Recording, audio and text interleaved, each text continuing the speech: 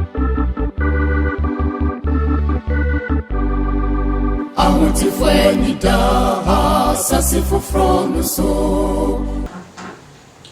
wish you for a near Homedano pay. You better Yamia say, I don't near Mobro, Van Born in her sopa, or they I don't me no me. Nado Muntin and never Medano pay a tear see. Emrason say, see Tridian Punyankupon and Sem. The Gachro said, Dibira Dia Serwada Roma. O Betnasia Frewadam for be now no so no Metnasi in Tia Miasem. Ubetimi Abua, Ewamuaho do Quanso. And on this all share screen Nasia. Lines are hodua e tragunobako, one will hear pie, boss a no one bomb pie. So, fra, a software in one digimano and no bomb pie, or how would be a will be an nobody home common a boa ewan pie boom. Line at also mirror donation line, so be beer up as or boa with Sikafamu.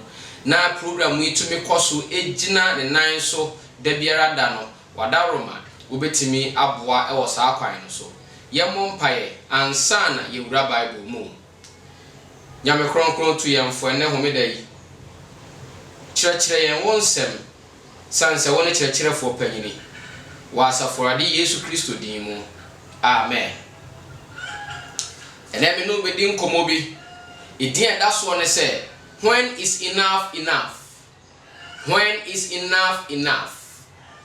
And then me no come wa ye ba be die no efa nyame mransem no a etosudu no ho beye enaka krani abosomi ahodo ne na me no yewura twrosem mu na yate ase se nyame ewo mra makomakudu na ne mra makomakudu no a wo no emu biara ni ho adisua no mu no yehunu se atwamu ebia ye nea de ya brabo enam ebia ye nea eboa ya brabo ne yensusue ne yade yo nyina Enunti eyade nyame mransem no enya ntwamu na nyame mransem no eda so ete ho na wahwe atwamu no me no hwe nyame mransem no etoso enkro no the ninth commandment of God enunti enne me no ye ba be wura nyame mransem no ne etoso dunum eye ne etwato no enne yeda etwato a nyame mransem no entoato aso no ye de ba awiye na me pese wote ase se nyame emransem no eda so ho enunti ena ye fa mre se ye beti ase ne ye hunu ye mu bebre ye ka se eni ho esan se ye ni mu nsem a ewom American wudi nkomo se wo pe nyame mransem no a komo se mu metoso mienu etire ye aduo no ne nchichemu a eye miensa ekosi dunso Exodus chapter 20 verse numbers 3 to 17 ubewunu nyame mransem no edu ni nyina ehon sem ewo ho emre bi soin na Abraham Lincoln ene mofra mienu bi enam street so na wonam a wodi nkomo na wo ye no ano ena abofra ba ku jai sun abofra ni sunsun dendenden a na wobene ho a wonte ase na Abraham Lincoln twa nani ena ohunu se biscuit a wotoma wo mienu no emofra ni mienu no baako age baako de aka ne de ho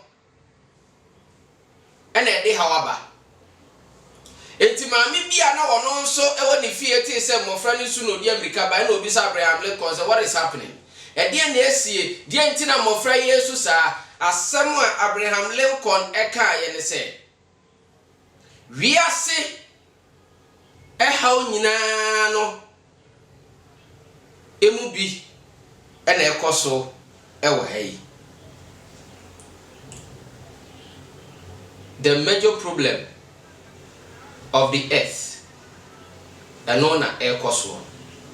Many Abraham Lincoln ya adwene san say ya ni bre ya yonko ade no the major problem ya saasi so yete ho eno ntia nya me won se nya memra nsem na etosu edu no ama yete ase ese ensese ya ni bre ya yonko ade Mose mu etosu mienu Exodus chapter 20 Mose mu etosu mienu etiri aduonu chichemu donso Exodus chapter 20 verse 17. I'm reading from the New King James Version.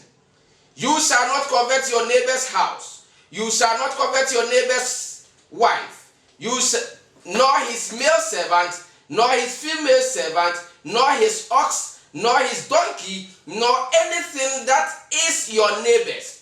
Emma wani mre wo yonko ade, wo yonko efie, wo yonko yire, wo yonko akoa, wo yonko afena, wo yonko ade biara wo de japade bia wo no. Hweye na wani amre sanse enibre emwonipa, enibre ede boneba, enibre ede awudie ba, enibre ede nuoma wudo bebre ene ba nipa bra bomu.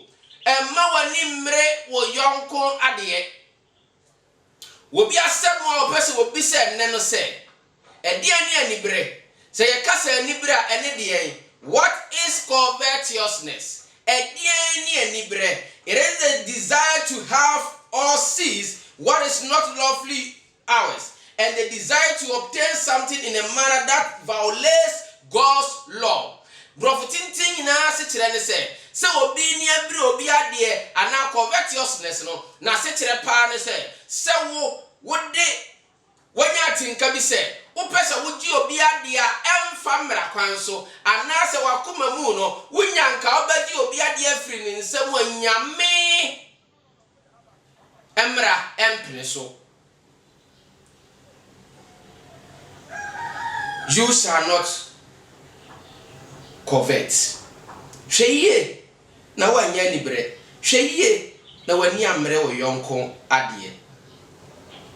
Se yanya san ntiase we de na ne ebetimi aka se enibre ana covetousness is the root of all evil.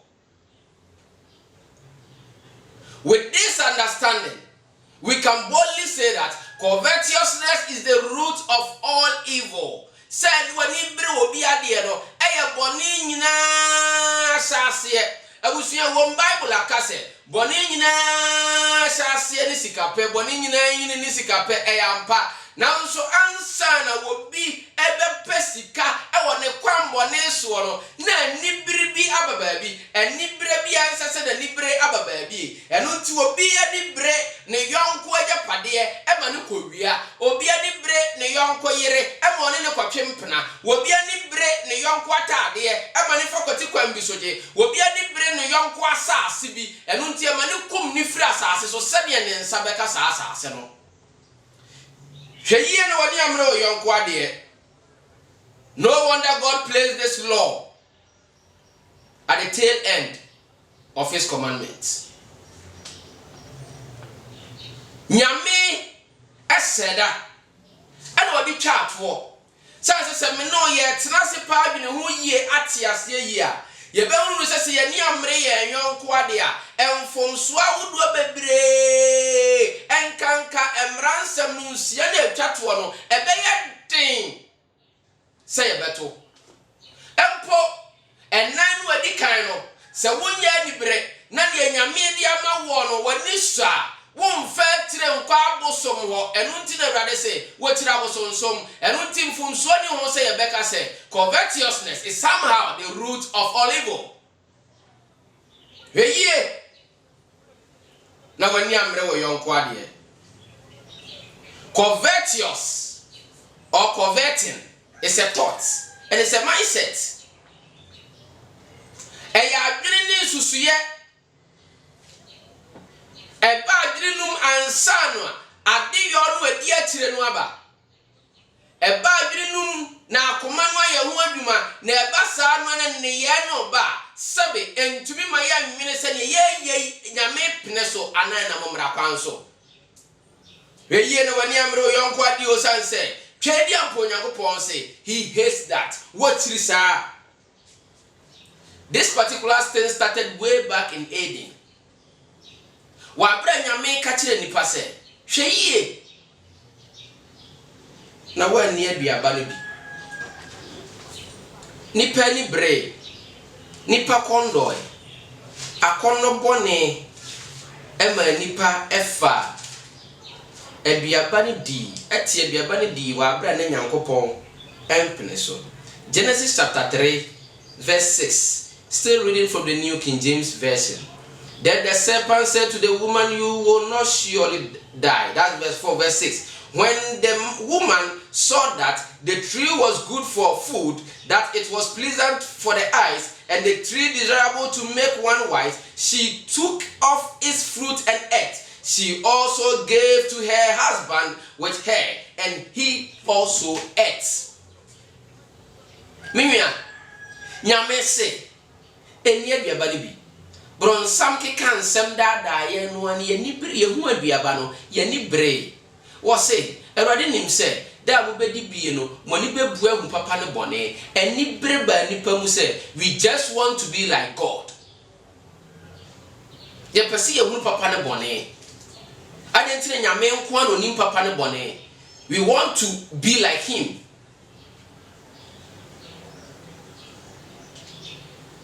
Enti ye kodi aduaba no. Efiri samre no. Nipa akono no se ade a enye obi dia, ade a enye ne dia na eye obi dia, obepe kwati kwan bi so afa so agi. Enti enye mama se ne position ti woni nse nkenuru no so nanso ne kondo na ni brese wono na tena sa akonya ne so enti obekum nipa no nya sa so be na ti kanana ama sa de na hwere nipa no odofo me ka kire se woni bre wo yonko ade a ede wo kon ne ye boni bebre mu na nsusue boni bebre ba wadwene mu a wo hisa wadwene ba bia enye ye sanse wa makwan se bronsam emfa wonya adwuma wo trosem mu no throughout the history of the scriptures nipa bebre wo hono mu a nanka wo akwanya se wonya nyame nkyenhyira nanso eni brenti nyame dome wo ye ka ne agya hwan eka nyame se mo kono mo hwe ye na mo amfa Misrimfo no ma no amma eka nko ye ndie de siye ekan eye aswodin tie nyame twedi ampon esan enibrenti. Let's read from Joshua chapter 7. We are reading from Joshua chapter 7 verse 11 to 12, and we will jump to verse 20 to 21. Joshua chapter 7 11 to 12. Israel has sinned, and they have also transgressed my commandments which I commanded them. For they have even taken some of the accursed things, and have both stolen and deceived, and they have also put it among their own stuff. Ninyina ne se, nyame se, Israel aye bone, nyame ma Joshua ti ase se, Israel aye bone, wo koye no amehye won se, ma won fa no ma awodo a wo behunu ni bibia emma no. Israel aye bone e de aba, nyame ma won ti ase se, bone aba man no mu. Eno ti Joshua ye na dwene se, sanse nyame yi na sutrenti e wo so otu na mo sanse Awurade abufuhye ahyase eba. Eno ti Joshua ewura nipa num ebisa na afa wo bisa Akan na tie wo bisa Akan no emuaya Akan de man no. Verse 20. And Akan answered Joshua and said, Indeed I have sinned against the Lord God of Israel, and this is what I have done. Ampa maye bone etia wosoro hene Nyankopon, aye bone etia Israel Nyankopon. Na de maye nie. Verse 21. When I saw among the spoils of beautiful Babylonian garments 200 shekels of silver and a wedge of gold weighing 50 shekels, I coveted them and took them. And there they are, hidden in the earth in the midst of my tent, with the silver under it. Joshua said, "My bone amaye ne sampa, Ewurade se maye mfa. Nyame asem na wo ka na nyankontompo e nopre. Me koye na busuafo, me koko hunu Babylon, won tade won material won gudie fefefe, sika hodo, dweta hodo, dwetebena hodo no, mani breye o say, I coveted many breye. Bible say, Emma wani mre wo yonko ade. Enu nti Emma no tie etu nyame emra, efa nuoma ensese wofa. Na wode bae no adwenbodi nti wo say, ese baby a me fie no no, baby a me tie no, in my tent, matutu amena e de ahye ho. The rest is history. But we do remember say, nyame emma won she Akan na busua ase. Even wajapade a wo won fie kura no Awurade ma ase etore. Enibere ne yede ba no.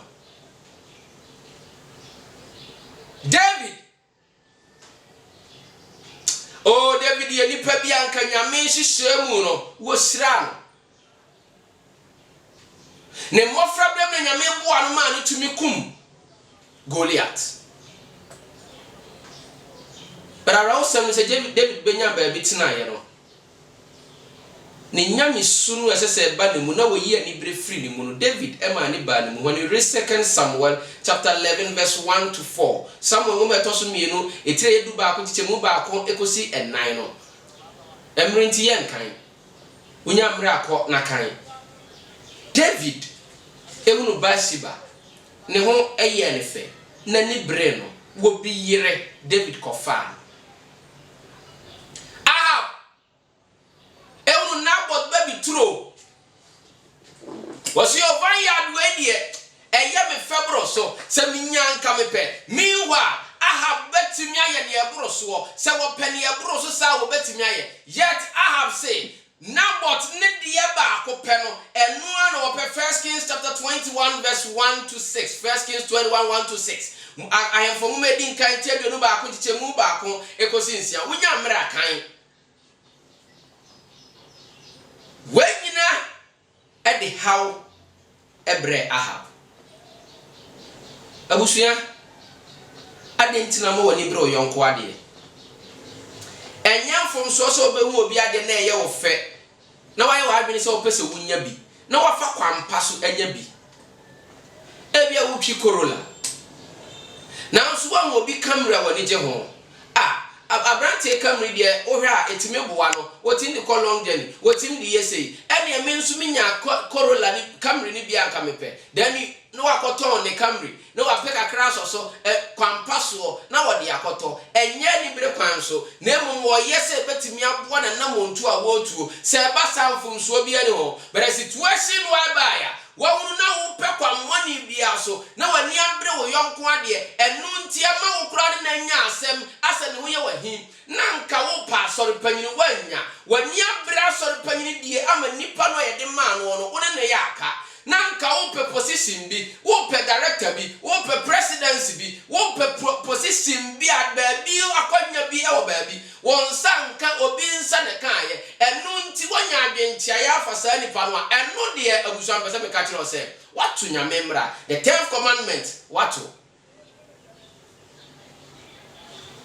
etoda obi kura atade a ehye no obi ani bere enti anya won ase etoda sebe ema bi mutimu bia won yonko mo ma amu ase and it is very pathetic areho se saade no tumisi emre bi na mete kwan ho a na meje mframa na baabi a na mete no na ema bi nso wobotire e wo me nkyɛn timete wa na mehunu sa abaya tiatia bi edi kenta pam African wear na wo twa straight dress na wo twam a mano mbotire ni bi no abaya bi wo honom no nso ni mu odu oso a ogina ho a wo se no kwasem pa de ye na ye wo body ye pekente ye nya hwen kase bi a kente kata ho na mbisa ne sa ante wo na wanya body enkase nso enenya ne nkase ena odi kente akata ho wo hawo ne sen eni bre tumi ma ye no ma bi tuwa na mom bi a emfanya mesuro kwan so hwe ye no wani amre wo yonko ka obi tika mu nti wani abere no wo yonko yire hwe ye no wani amre no obi wo hono mu a na damfo ade bia wokotia no nya damfo na wo pe na sem no na nso akoma mu no nani abere se wonya ne yire one ni be ye biribi eno nti da bia wo kofie ho oba ne nti heye na obi fie bia wasi wo yonko fie bia wasi no wani amre wo yonko ni padua bia nyame dia ma no emma wani mre wo die no nyame dia dom wo no wo stature no se na esitie no be content with it ma wani nye ne nyame dia ma wo ho hweye na wanye samfom so no amma wani amre wo yonko ade kwan be so na obefa so a samfom so obetimi atwe wo afiri ho na ubetimi agbo ho ban se wontu nyame mra no ne etosudu no ne can be content with what you have ma wani nye ne nyame dia ma wo ho ma wani so ne nyame dia ma wo ho enu nti me ne otrofo no Philip mene Paul eya adwene pa yi mene Paul ya adwene e Philippians chapter 4 Philippians 4:11 Philippians chapter 4 verse 11 Not that I speak in regard to need, for I have learned in whatever state I am to be content. And you will yet na me can we free some media machine say, I sit in a beer of woman, me penesuman and dos mammy. Erade say, I sit in a beer woman, penesuman and no so mouth. Move a brown when Yamia shram in your special way. Yamia Moadomacha dear, very special. Nyamia bomosronko, but when young in Yamia Yama, when young in Yami betim the wire, when young and a more Yami person or the wutu, and Nunti, a ma when near Bre will be a Japadia be a warrior, or near Bre will be here, when near Bre will be Kununi and I would say one, Sanka on the year, and Cornon so ever quanimu attend when Nibreno, and until make catch when they say, so what person will kill free, sir, yourself no, now one to Yame and Maranoa, a tosu edunodia. Any every year, na se adie bia nyame dia ma wo no adofo ma wani nso sani awonyam from so e ma wani nkobre wo yonko ade san se anibiri wo hoyi wani bire wo yonko ade a Ewurade se wato ne mra na wona wato Ewurade mra no enhire Ewurade dodom ne ma no wonsa enka ne etoso mi no generosity be generous se nyame aye wadom na wonsa akabiribi se Ewurade aye wadom na wonya sika kakra se Ewurade aye wadom nyame amoye nyina adefo anya hwe no obi na behwe obi anya hwe obi na bema sika se me no betimi abo na sa ne yo no betimi afiri asase so no e wo se yetumi ya yemuye ye ya adoye and on 1 Timothy chapter 6 verse 18 1 Timothy 6:18 to 19 Timothy ngumedi nkan no etira eye ensia ne nchichemu a eye dunwatwe ekosi dunkro. Let them do good that they be rich in good works, ready to give, willing to share. Verse 19, storing up for themselves a good foundation for time to come, that they may lay hold on eternal life.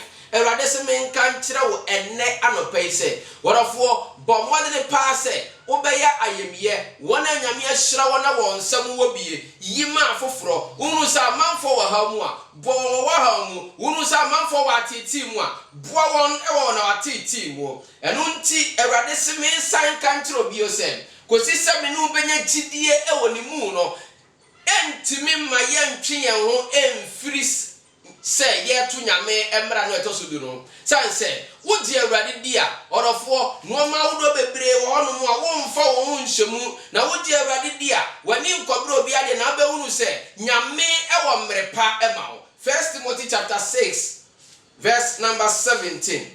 1 Timothy 6:17. Command those who are rich in this present age not to be haughty, not to trust in uncertain riches, but in the living God, who gives us richly and all things to enjoy.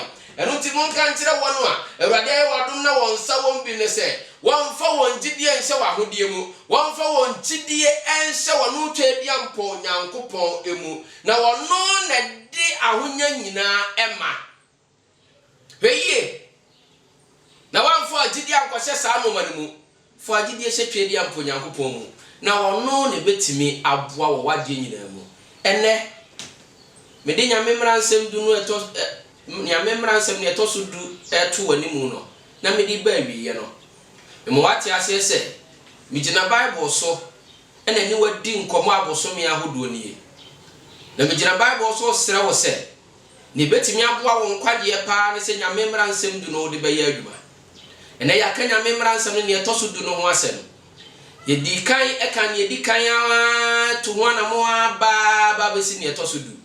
And I want to prove to you throughout the months no nyame aboa ama ya prove to ye ho se nyame mra no eda so e wo ho ene me ka kire se hweyie na wani amre wo yonko ade nyame hira wonte na nimu kire wonya okese na wo ma wonte ase wo ne mra mu wasafrade Yesu Kristo din mu amen ye mo mpai Yehowa umaya tie wasem awie kayen ho enema yenye nhira ne yede ensa beka bia nye nhira anamo ebetu bia nya nhyira yomai fra san musuo kwanhia ne patuwuo mu wo hawo ne mienti ne papa mu biara ebeba wo mai akwan mu ne yiwo mfiri mu nhyira de dom medase fo no fa dom mai ne wo Yesu Kristo din mu amen.